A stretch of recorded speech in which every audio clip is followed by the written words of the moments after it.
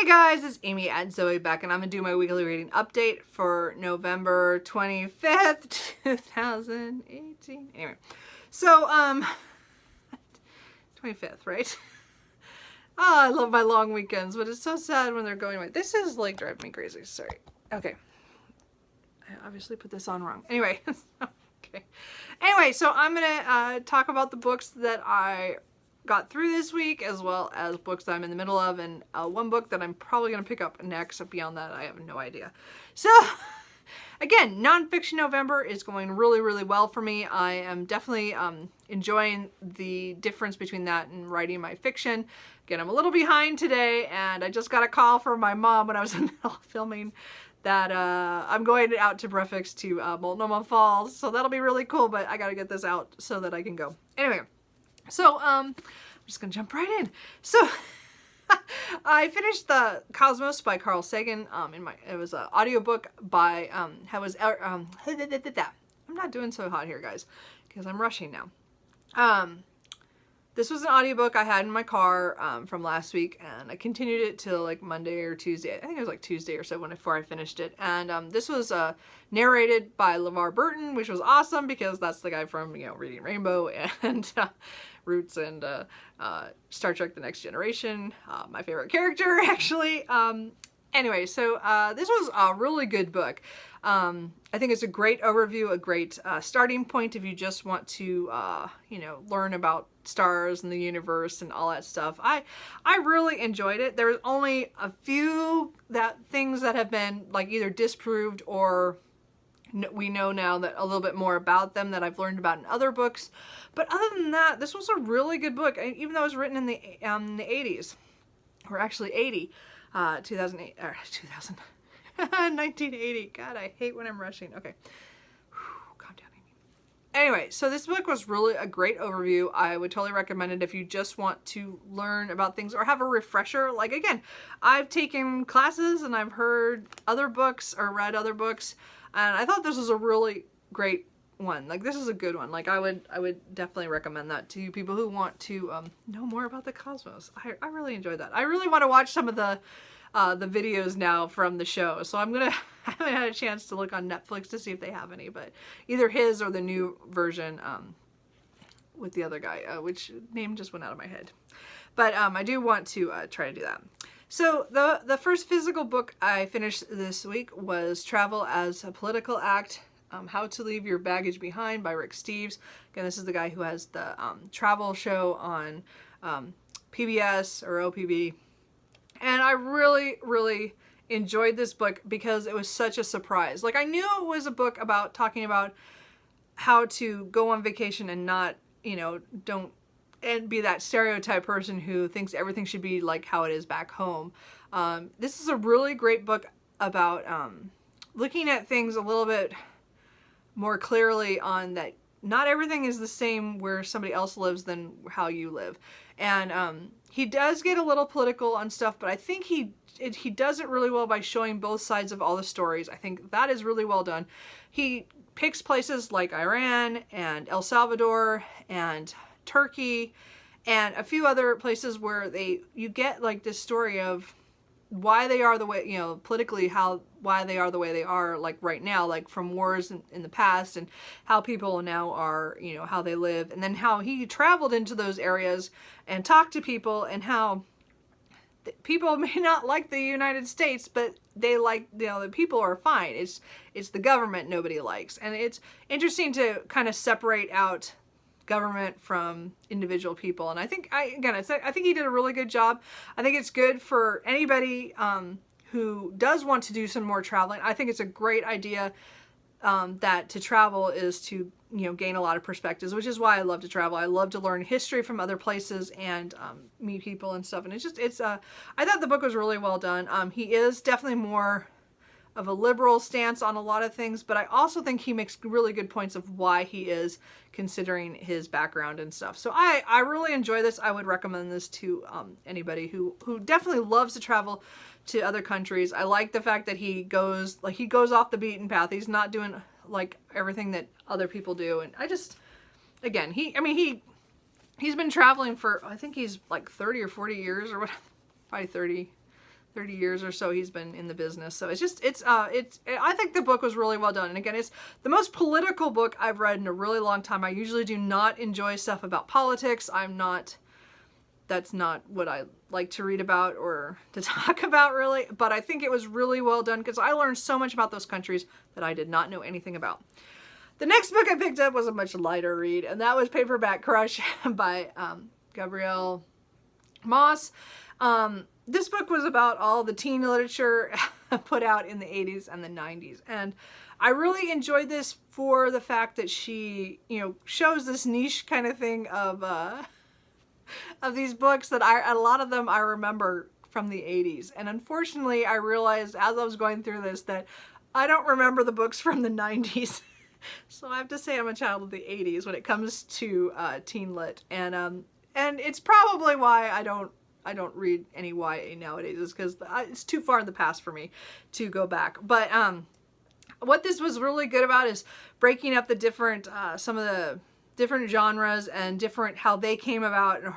Some of the big authors, like in each one's, like in the romance, of course everybody knows the Sweet Valley High books, and like Christopher Pike and R.L. Stein and the horror ones. And it was really fun. And the teen sleuths, of course, you got your Nancy Drews and then all the knockoffs. And it was just, I really enjoyed this. But again, I felt like only half of it kind of related to the years I was a kid, because by the time the 90s were around, I was only reading very big horror novels and Stephen King and other stuff, and classics at the time. So I was reading a lot of adult stuff. So but I still found this very fascinating. It was a quick read. It was so funny to see some of the the pictures. I was trying to, and they're books like I didn't know anything about, and it's just, it was an interesting book, and I would recommend getting it from your library. I wouldn't buy it, but that's just me. And now again, if you were more of a transitional where you were reading stuff from the 80s and the 90s, this book might be much more interesting to you than it was to me, who could only really say I read stuff from the 80s. So, but it did have a little history thing about some of the earlier books too. It was a good researched thing. But I just felt like they were missing some of the books that I do remember from the 80s. And I was kind of disappointed that I saw, one of them had pictures of one of the books that I read, but they didn't really talk about them. So I thought that was kind of weird. And most of the time they talked about the books that they had pictures of. So I don't know. That was just me. But I just said it was a fun, interesting read. So the next audiobook I picked up was Ghosts of the Tsunami, Death and Life in Japan's Disaster Zone by Richard Lloyd Perry. So I was looking for a book on the disaster, and I guess I just assumed this, because this is the one that came up first and that I saw good ratings on. It is narrated by Simon Vance, so of course it was a good audiobook. But this book is very centered on one community and their loss of, I think they lost like 70 some kids. I can't remember it was the total, because they kept saying, there were so many kids that were there, and then it was like a grade school, middle school kind of thing, and that kind of age. Yeah, I think it was mostly grade school, but they did not evacuate correctly. They were still at sea level, and they did not get up to higher ground, and the whole aftermath of that and it was horrible to read about the families and stuff. Like that part was, I knew it was going to be heart-wrenching on the beginning part when we're talking about the tsunami itself and what happens. The thing is, I was looking for more about the 2011 disaster, like a full account, and it did tell me like within the first like couple minutes that this was not going to touch on the nuclear disaster that's related to this too. But it was like, I was like, what? And then I spent the whole rest of the book kind of in this one little area that was affected instead of seeing a bigger picture. There was a couple times they talked about other places, but I was looking for a bigger, broader look at the disaster, not just this poor school and these poor children and their families. And I mean, I see why he focused that way, because that is more impactful in some ways, but it also takes away from, there were so many people that died in that, and I feel like we missed so much by just focusing on these 70 some children. And again, That's maybe just my opinion. Maybe that's, I'm not trying to be heartless here.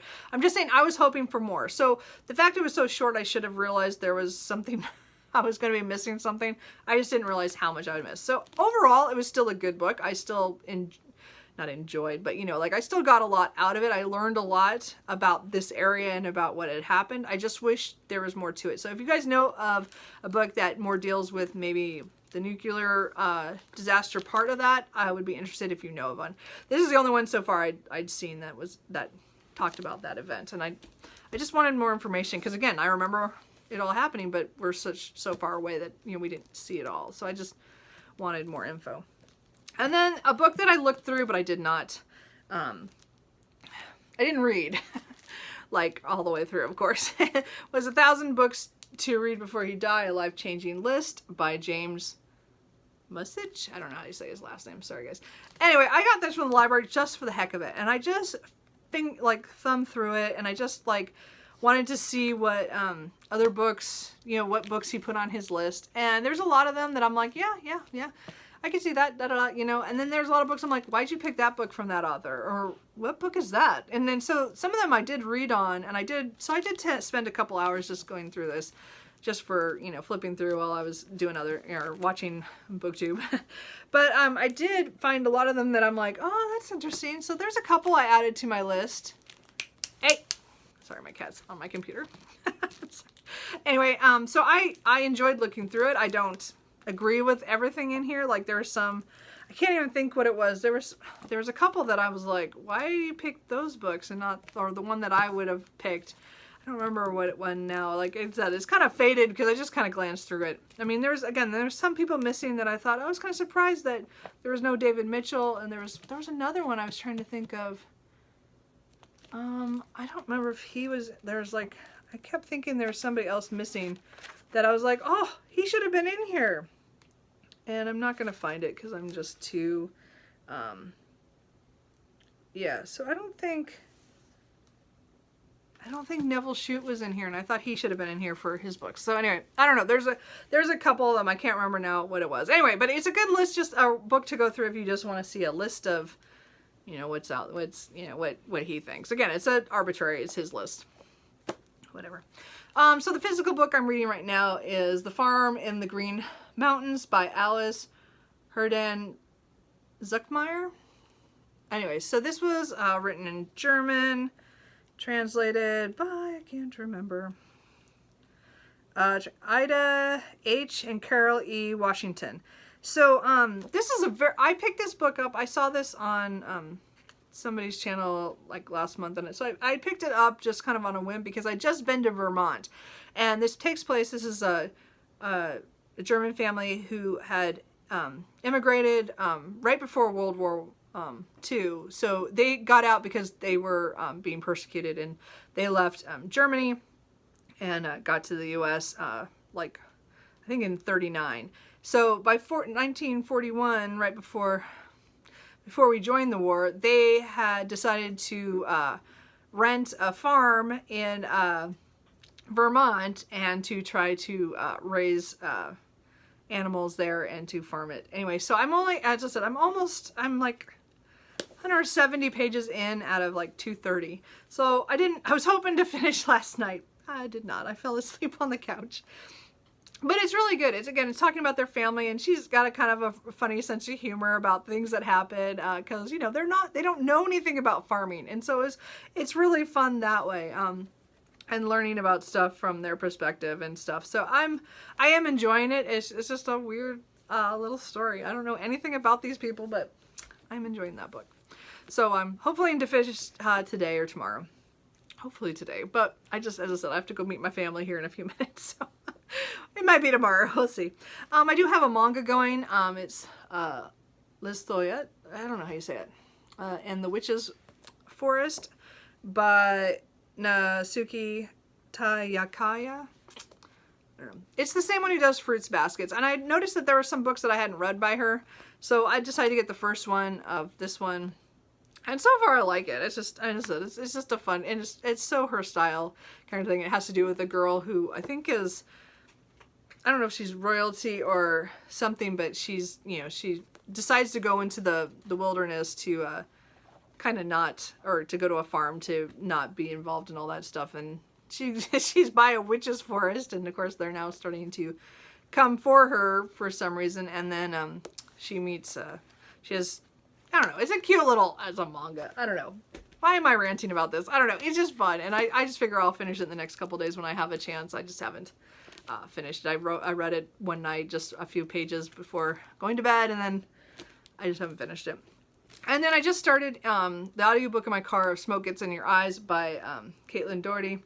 This is Smoke Gets in Your Eyes and Other Lessons from the Crematorium, or Crematory, sorry. So far this is really funny. She's definitely a funny narrator. I do enjoy that part of this. As you said, I've had a real big theme of death for Nonfiction November, and it was intentional and unintentional. I had certain these things on my list already that I was going to read, and then I've decided, and then again, because of my books, what I'm writing, and then also because of stuff that happened in October. So, but this one is a lighter look at death that I think than some of the other ones I've read so far, because she's talking about working at the crematorium and the stuff that happens there. So I don't know, everybody's raved about this one. I've had this audiobook for a while after I bought it on sale one day. So I'm hoping to finish that here pretty quick. It's a pretty short audiobook. And now that I have to drive all the way across town and then back again, I get to log a few hours on that.